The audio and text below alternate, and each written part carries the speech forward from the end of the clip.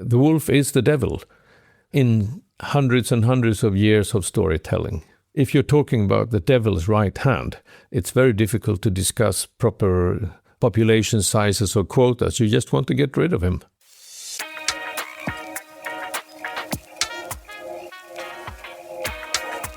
Welcome to another episode of Rewilding the World. I'm Ben Goldsmith, and I'm here with Staffan Widstrand from Sweden.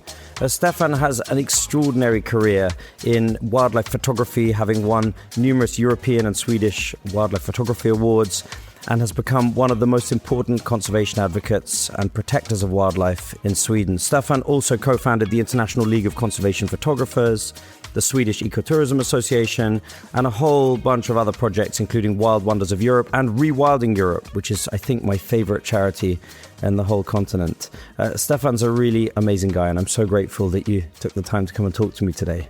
Thank you. Thank you for inviting. Staffan, so I suppose we're here to talk about Sweden, a country that I've been lucky enough to visit a couple of times. I've been to Stockholm, I've been up to the far north, I went into the wilds of the far north in the middle of winter, which was a really amazing experience for my children and me. And we think of Sweden as one of the environmental leaders in the world. You know, they pioneered the Stockholm Conference in 1972, and you know the United Nations Conference on the Human Environment there, and they've been one of the leaders in climate neutrality. I think maybe the first country to pass a law committing to net zero greenhouse gas emissions by 2045. A whole bunch of global biodiversity initiatives. Sweden's always there. You know, my brother Zach was UK International Minister for Climate and Environment and was heavily involved in the High Ambition Coalition for Nature and People in 2020, which pushes famously for 30% of global land and sea protection by 2030. Well, Sweden was a co-founder of that coalition, you know, a major supporter of the Convention on Biological Diversity, and is really just one of the good guys in the world when it comes to fixing these problems. And so it comes as a huge surprise every time I open the newspaper and read, which I do periodically, that Sweden has increased again the cull quota for wolves, or the trophy hunting of bears, or even of lynx. 80 or 90 lynx were permitted to be shot last year. Sweden has downgraded protections for all of these species, and it seems to be getting worse. And Sweden has played a role in the European Union and among its neighbor countries in pushing for the downgrade of protections for such wildlife in the Berne Convention and so on, including working behind the scenes to empower other European nations like Germany that are toying with the idea of killing more wolves and bears and so on. So what's going on, Staffan? What is this about? Why is there this extraordinary dichotomy between the public perception of Sweden and the amazing work they do on the global stage, and yet this desire within Sweden seemingly to eliminate more troublesome species? Well, I guess one answer is that nobody's perfect. And another answer is that governments change. Right now we have a government that has committed itself to pushing down carnivore numbers. They took away the Ministry of Environment. So the Minister of Environment doesn't even have a ministry. So it's part of the culture war thing as well. I feel that the carnivore issues, for example, or wildlife comeback issues have been hijacked by some political agenda rather than anything based on science or anything based on what we've agreed to a number of times before. So Sweden is becoming one of the bad boys right now. From having been quite a good guy over a number of years, we are becoming one of the bad guys. And that's really sad. And it's not only about Sweden, but as you said, Sweden is also the present government is playing behind the scenes with many of the environmentally negative or forces in Europe, with other governments or other parties in other governments, to push down levels of carnivores, to push up the predatory forestry, for example. I mean, our country's biggest environmental problem is forestry, the way forestry is carried out. Not forestry in itself, it's just you can cut trees but still have the forest. But we have decided to do the opposite. We take away the forest forever. Even if you replant, it becomes a plantation, and a plantation is a almost sterile environment, biodiversity-wise. So, I think Sweden also has had a picture of ourselves overinflated picture of ourselves. We've been so full of ourselves thinking that we are so good at environmental issues and blah, blah, blah. And while in reality, we haven't really. I mean, the clear-cutting and plantation forestry has been going for decades. Now we're down to the bare bones of any kind of natural forest left. And that is to be cut. So, let's start there, because obviously habitat is the most vital consideration when it comes to wildlife recovery. I think of Sweden as a country that's almost completely forested. So what proportion of those forests that you see from the air if you fly over Sweden are monocultural, sterile plantations, and what proportion have some degree of nature about them, diversity of species, diversity of ages, open areas, and so on? Yeah, that's a matter of discussion. One part of the discussion field, they say, oh, it's fine, there's plenty of old forest. And then the science says, no, there's not. We have committed to protecting 30% of all habitats, just like any other EU country. But when it comes to forest, we've protected very much less than so. And how much exactly, again, it's a matter of debate, but you could say somewhere around 5 or 7%, maybe under some kind of protection. Now, the protection is also relative. If you have suddenly a bark beetle infestation in an area, then a nature reserve can be logged. And in all Swedish nature reserves, there is hunting. All national parks, there is hunting. So the level of protection is it's a matter of discussion or debate. And how is Sweden doing when it comes to the other ecosystem types? The kind of Arctic tundra, the peatlands, which store vast amounts of carbon, the wetlands. Are they doing better on that front than they are on the forestry? Yeah, on the tundra, definitely. Because that's where all the percent of protected area pretty much is. Because unless there's some really attractive minerals underneath, then there's no use. People can't really use the tundra other than for reindeer herding maybe, and only at parts of the year. But otherwise, so it's easy and cheap to protect a lot of tundra. Just like it's been in many other countries to protect a lot of dry land that can't be farmed anyway. What is expensive is when you have high productive lands or high productive forest areas or high productive agricultural soils to protect that and rewild that. That's when it starts becoming a bit expensive simply. When it comes to boglands, you specifically asked, then they've been reasonably well protected because, again, there was no big use for them, unless now suddenly peat has become more interesting for agriculture purposes and garden soil bettering, etc. So peat harvesting has increased, whereas in Finland, for example, our neighbor to the east, it was banned because they were the big peat harvesters before. Now, that same industry is moving from Finland to Sweden because of the lack of environmental legislation about it here. Yeah, here in Britain, we have been promised a ban on peatland extraction for a long time, and it's yet to come. I'm recording this from Somerset. I'm just a few miles to the east of the Great Somerset Levels, what was once one of the finest lowland wetlands of the whole of Great Britain, and it's been drained for agriculture, and they're still extracting peat on an industrial scale for the horticulture industry. And every year the ban is postponed another year. So we can't point fingers from this country at what Sweden's doing to its peatlands. And nor can we point fingers at Sweden in respect of wolves, because Sweden still has some wolves. And here in Britain, the conversation around wolves is so distorted. We're told that the sky will fall in if we bring carnivores. But even lynx, which is the size of a Labrador, which poses no threat to people and doesn't really pose any threat to livestock either, is considered a kind of radical idea as a candidate for reintroduction. Although I think it will happen. And once we have lynx back, then who knows, maybe in the future we can bring wolves back. We need them for sure. The deer in this country are out of control. No amount of human hunting is staying on top of the numbers of deer. And even in our most agriculturally productive landscapes in East Anglia, you see these enormous herds, 200-300 strong herds of fallow deer, which are wrecking crops and doing all kinds of damage. So we may end up in a place where wolves can come back. But that would be a rational thing to do. And rational decision-making seems to be absent when it comes to our relationship with carnivores. With Sweden doing what it's doing to wolves, it makes it easier for Germany, France, Switzerland, Italy, and so on to follow. If Sweden's doing it, why can't we? And so I want to know, which is the constituency in Sweden that wants to eradicate carnivores? Who are they? Because I suspect if you bump into ordinary people in the street in Stockholm or even in small town Sweden, most people wouldn't have this hatred for wildlife. I mean, I've never met a Swedish person who hates wildlife. So who are they, the ones that really want to eradicate these, and what's their motivation? Well, I think there's been some very, very comprehensive attitude surveys being done. There's one being done every 4 years, and it's very consistent result.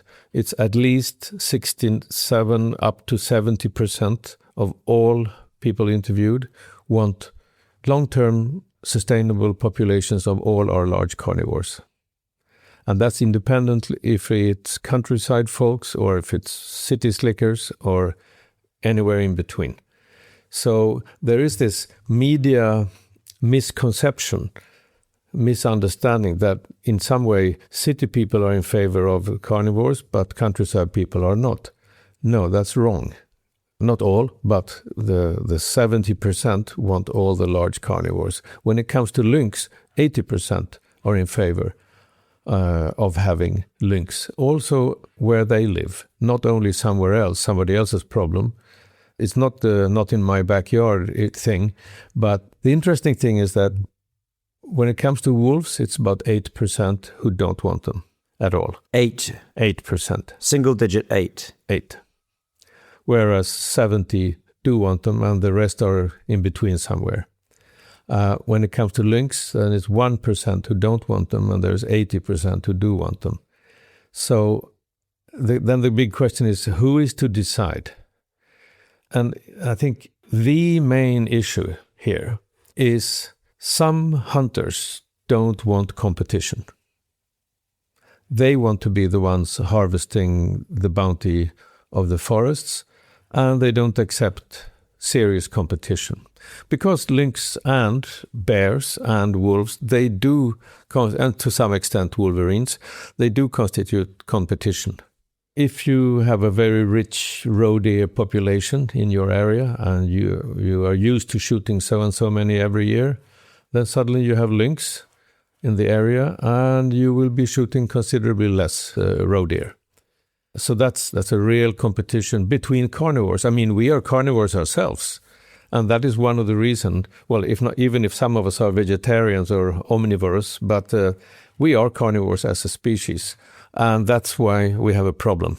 So we're told here in Britain that by the conservationists that while the lynx will have an effect on ungulate populations and on the behavior of those ungulates, we can't expect that lynx are going to have the kind of effect that's needed to reduce numbers to a more sustainable level.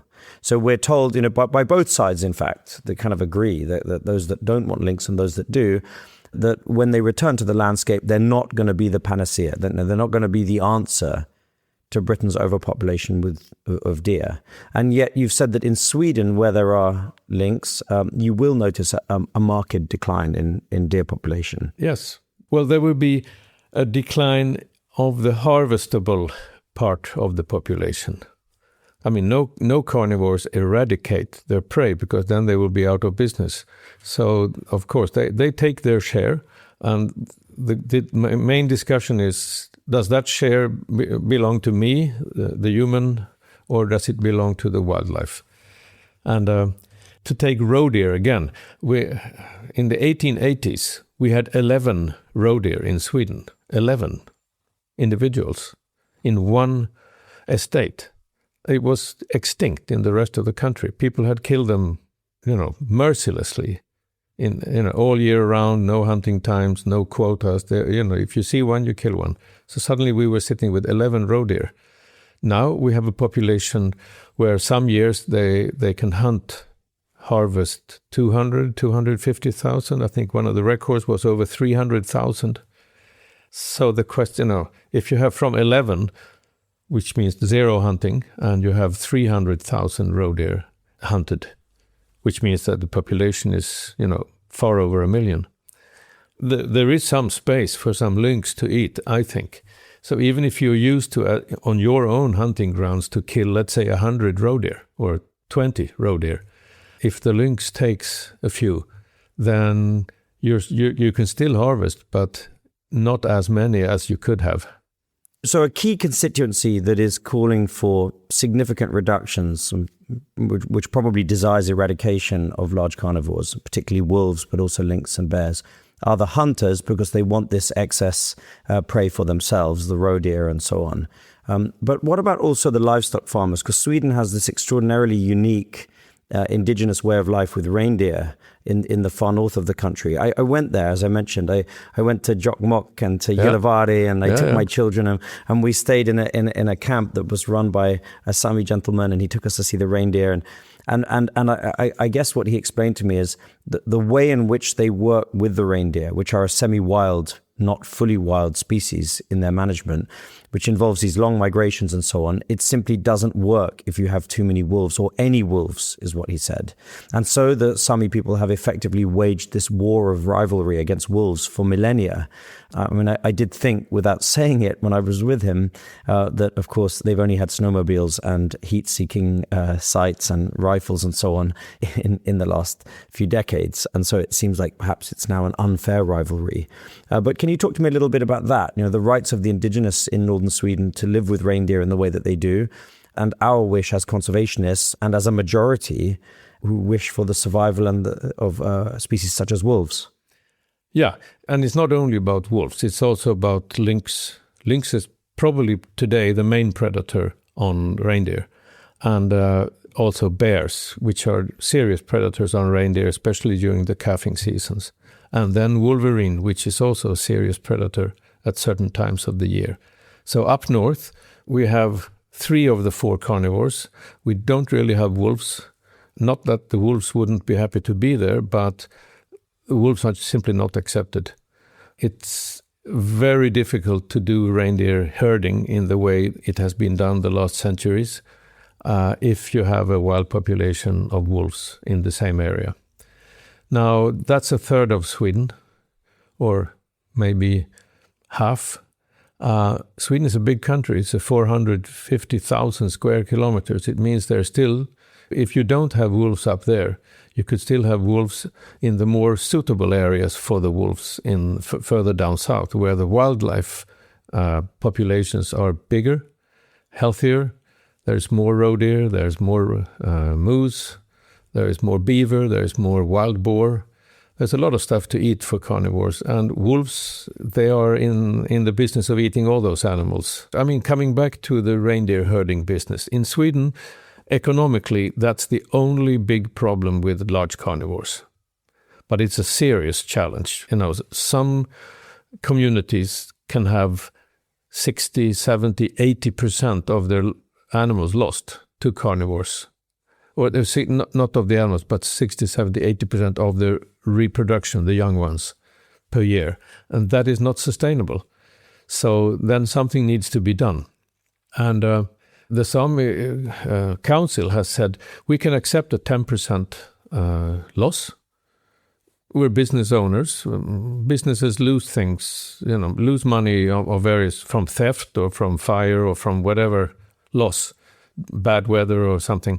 But so 10% is reasonable. But anything above 10%, we want to be either paid or should be allowed to handle it our own way, which means shoot the predators or at least get rid of them somehow. That's quite a fair attitude. And I think as a city person, you need to be able to use city people's tax money, everybody's tax money, to pay for certain wildlife damage. And that's what's being done in most EU countries. And I think it's fair. But it's not only a money issue. If your whole life is about breeding animals and suddenly you have these big losses, then it's much more emotional. It's much more serious than just a money issue. Yeah, that was my feeling when I was up there in northern Sweden, is that this may be an example of a landscape in which coexistence with wolves is hard because of the unique way in which the Sami use their reindeer and herd them seasonally through the landscape. I empathized, But you're right, that leaves a huge swathe of Sweden, which is largely forested. I mean, how big, for example, is sheep farming in Sweden? It's not like Britain. We have nearly 40 million sheep in Britain. No, it's a much smaller business in Sweden. We have 600,000 sheep, roughly, before the slaughter. So then we kill 200,000 sheep or lambs per year, roughly. And wolves and bears and lynx and wolverines all together, they take something around 400 or 500 sheep per year. But every single sheep, lamb that gets killed by any carnivore immediately becomes a news item. It immediately becomes a small note in lots of newspapers because it's an old story. I mean, one of the reasons why people are skeptical or hateful against wolves is it has to do with Christianity, the narrative of Christianity. You know, the Lord is the shepherd, the humans is the congregation, they are the sheep, and who is then the wolf? I mean, the wolf is the devil in hundreds and hundreds of years of storytelling.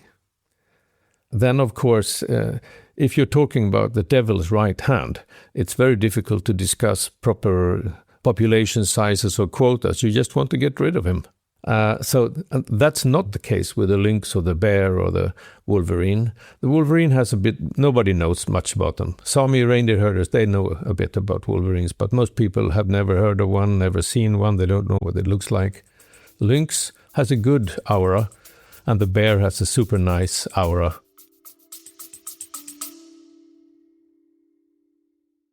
This episode of Rewilding the World is very kindly brought to you by Uni, that's UNI, the world's first nature-friendly line of luxury body care. We've all heard about the harm that sun cream does to coral reefs, but it's not just sun cream and it's not just coral reefs. Well, Uni makes plastic-free, nature-friendly essentials like shampoo, conditioner, hand wash, and even natural deodorant, all full of nourishing ingredients such as seaweed kelp, aloe vera, and olive oil. We've been loving our Uni products, but don't take it from me. Here's my wife, Jemima. Yes, I really love them. They're such clean and nourishing products. The microalgae body oil is so good and really smells amazing. You can find Uni products at Space NK or at weareuni.com. And so when we're talking about lynx and bears, we're often talking about trophy hunting, right? Guys who really want to have that macho story to tell and the head on their wall and so on. I mean, with wolves, I agree with you. I think it's a hatred on the part of those that want them gone. Whereas with lynx and bears, it's an altogether different issue. It's the government acquiescing to those who wish to trophy hunt them. Well, first of all, not all hunters like to hunt carnivores. Most hunters in Sweden, most of them I would say, they want to hunt the moose and the roe deer, first of all, and some hares. But those who want to hunt carnivores, they do it for two reasons. Either the one or the other or both together. One is to get rid of them because they are competitors. So it's like, yeah, it's a tough job, but someone's got to do it. So they don't really like the hunt, but they do it because they think it's necessary. The other group, they do it because they like that kind of hunting and they like the trophies and the result and the macho feeling around it. So it's different reasons. But I would say the majority of the hunters are not taking part in big, large carnivore hunting.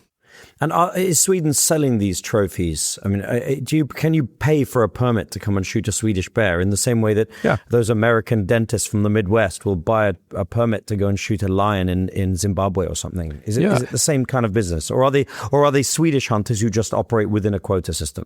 Well, both. But you can, as a foreigner, as long as you're an EU foreigner. So you Brits are out of luck in that respect. I'm sure it could be probably arranged. But otherwise, as long as you're an EU citizen, you can do it. So there's all these pressures now on particularly the wolf, but on these other carnivores, from hunters viewing them as competition to pastoralists who have a problem raising their livestock in the presence of these animals, to those who just have a kind of a religious hatred, if you like, of the wolf in particular. But the majority of Swedes want these animals maintained at a healthy and sustainable population. They want protection. So what's going to happen, Staffan? How do we save these animals? Yeah, that's the $1 million question, isn't it? I can see several things happening at the same time. The younger generation, they hunt less. Every year in Sweden, there's fewer hunters. And every year, those same hunters, they hunt fewer days. And they put fewer hours per day into their hunting. So the hunting pressure in that respect is lowering. 20 years ago, there were 400,000 hunters in Sweden. Now it's 275,000. Who knows 20 years from now what happens? The hunting community has been traditionally super strong lobbying group, power group, politically, because hunting is connected to power as well. It has always been connected to political power, to upper class, to lords and counts and large landowners. But there's also a big folk hunting dimension in Sweden. Hunting moose especially, roe deer to some extent, and deer has been a part of what local people harvested to fill their freezers with, or to eat simply. Now our economy is different than in the 1800s. Now you don't have to hunt to eat. There are very few hunters who do it for survival. So things are changing.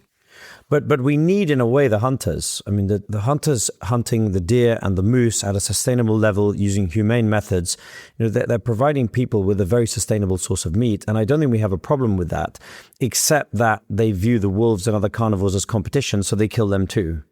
Yeah, and not only wolves. I mean, foxes, badgers, stoats, martens. One of the hunting magazines here, the leading one, they had a competition where you are supposed to kill as many carnivores as possible, from stoats and up. And you get points, and at the end of the year you win things. And you're hailed as a hero because you're taking away the bad animals. So that's still very present in some of these circles. It's such a shame that some of these traditional land uses have put themselves in competition with the existence of wildlife in the landscape. When you consider the attitude, for example, of the ranching community of the American West, or the sheep farming community of the British uplands, or the hunting community of Sweden. In many ways, these are kind of the best people, in a sense that they're very close to the land, much more than the rest of society, which has often become disconnected from nature and the land. And they are the vestiges, of some of the older ways. I mean, the last native Welsh language speakers are sheep farmers in the valleys of Wales. But it therefore seems such a tragedy that in a way we should have to choose. Why should we choose between these old cultures and these old ways and this ongoing connection with the past, with tradition, with the land, and the existence of wildlife? It's like there's such a lack of wisdom on the part of these people because they pitch themselves against the majority who want wildlife. And so I find myself celebrating the decline in the number of hunters. But hunters don't need to be bad necessarily. But yes, this wholesale killing of anything that moves is just an absolute madness. So a decline in hunting is going to be one way in which the pressure is reduced. Tell me about what you're doing, Staffan. Yeah, well, I and my colleague Magnus Lundgren, we are working in a project now that we called Living Side by Side. So we're looking at how do people live side by side with large carnivores, looking for benchmark examples. How do you answer the question how to limit problems to the max and to maximize the benefits from wildlife and now the large carnivores specifically? So it's living side by side. How do we live side by side? How do we limit the damage they do on sheep or reindeer? How do we look at carnivores' existence as a business opportunity? Local business in the faraway countryside has a hard time in many ways. And this is, if you want to see it that way, it's a business opportunity for people, maybe till exactly the very same people who are skeptical today. It's them and their children and relatives who could be making money from the existence of carnivores rather than trying to get rid of them. So these efforts can have an effect in winning over hearts and minds among relevant communities in rural areas. But what about the politics of it? Because I don't see from a distance any progress towards better protections or reduced quotas. It seems like the politics are going entirely the wrong way. So is that beyond the power of you and the conservation community, do you think, to change in the short term? Do we just have to live with that and play the longer game of winning over hearts and minds? Yeah, it's definitely a longer game, and it's nothing that's solved here and now. These issues need to be massaged, gymnasticized. You need to find, showcase examples and get people to know that this same challenge is the same everywhere where you have large carnivores. They will create some kind of problems for us. And so does all wildlife. All wildlife will sooner or later create some kind of problem. I mean, you seemed worried about the number of deer. I think it's very nice to have huge numbers of deer. I think that's natural. It's a grazing animal, and we used to have Serengeti numbers of deer and moose and all those grazers and European bison and aurochs and wild horses. We used to have Serengeti numbers of them all across Europe. And now we don't. So I'm not afraid of large numbers of red deer. But at the same time, we have millions and millions and millions of people living in countries, and we have also interests to take care of. And it's that finding that balance with a wildlife-friendly balance, but still realizing that there is a balance. There is a need to limit some ungulate populations. There is a need to reduce or limit problems from large carnivores. I wonder, do you have time personally to spend days in nature? Where do you go? Where is your happy place in nature in Sweden, and which nature experiences do you yearn the most? Well, I like the cold. I like the north. I like when it's 20, 30 degrees cold or more. That's when I really get enthusiastic. And I like to sit in carnivore watching hides. So last weekend I was in a hide where we saw 3 bears and 2 wolverines during the night. So you sit, try to be as silent as possible, and you hear and see what the terrain looks like. And then suddenly the animals might show up. I mean, I can't think that there are many places in Europe that offer so much connection with nature than Sweden. I loved the quote the other day by Agneta Fältskog, one of the singers of ABBA, and she was asked why they don't do touring, and she said, every day spent touring is a day less that I can spend paddleboarding in the Baltic off Stockholm. And I just have this vision of people in Stockholm having nature right there on their doorstep. My hope and my dream is that Sweden becomes a force for good when it comes to coexistence with carnivores. There's a real hypocrisy, I think, in Europe, where we give our money to WWF or Conservation International, and we urge nations around the world to coexist with wildlife. Sri Lankans to protect their leopards, or Africans to live with lions and other difficult elephants and so on. And if there was a headline which said Sri Lanka is going to kill 500 leopards this year, or Belize is going to kill 1/3 of its jaguars, there would be outrage in the newspapers and in the public discourse in Europe. And yet here we are at home, either refusing to have them back, like us Brits, or allowing them to cling on only very tenuously under hunting pressure in places like Sweden. Yeah. And it's a kind of exceptionalism or a kind of hypocrisy that, what kind of message does it send to the world that if Sweden, a massive country with so much open space, can't live with wolves, which are a relatively timid animal that pose no threat to people, why should any people anywhere coexist with difficult wildlife? But I hope that you and your colleagues and your friends are able to turn things around. You're doing amazing work, Staffan. Thank you so much for coming onto the podcast. I really appreciate it. Thank you, Ben, and I'll be happy to be back and discuss other parts of rewilding, because there's a lot to say.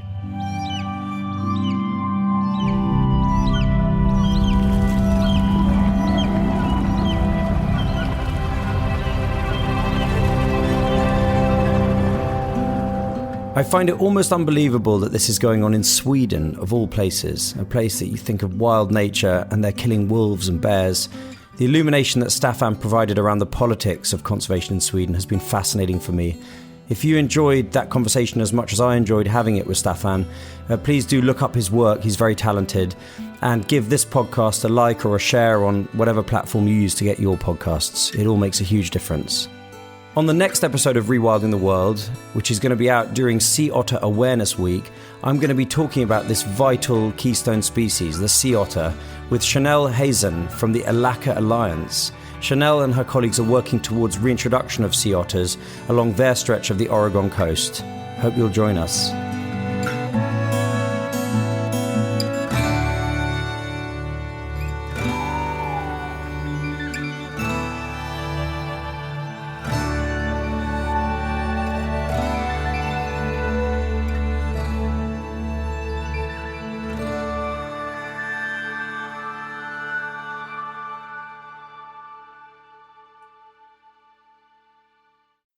You already know that this isn't about one species. It's about systems, interdependence, collapse. And yet, wild salmon, one of the clearest indicators we have, are vanishing fast. Their decline signals something deeper, something more dangerous. I'm Jim Murray. I host The Last Salmon. It's not a side story. It's the biodiversity story that everyone like you should be listening to. Season 2's out now. One of the best ways to support rewilding is to go and visit rewilding projects on the ground. My friends at the European Nature Trust have asked me to tell you about the series of coexistence adventures that they've put together. They're designed to give you the best chance of seeing Europe's most iconic species, bears, wolves, lynx, and so on. All of these are on the rise in Europe because of rewilding projects. These trips are hosted by expert guides and conservationists, and most importantly, the European Nature Trust is giving half of the revenues directly to the foundations working on the ground to restore wildlife. I'd love you to check out these coexistence adventures at the European Nature Trust website.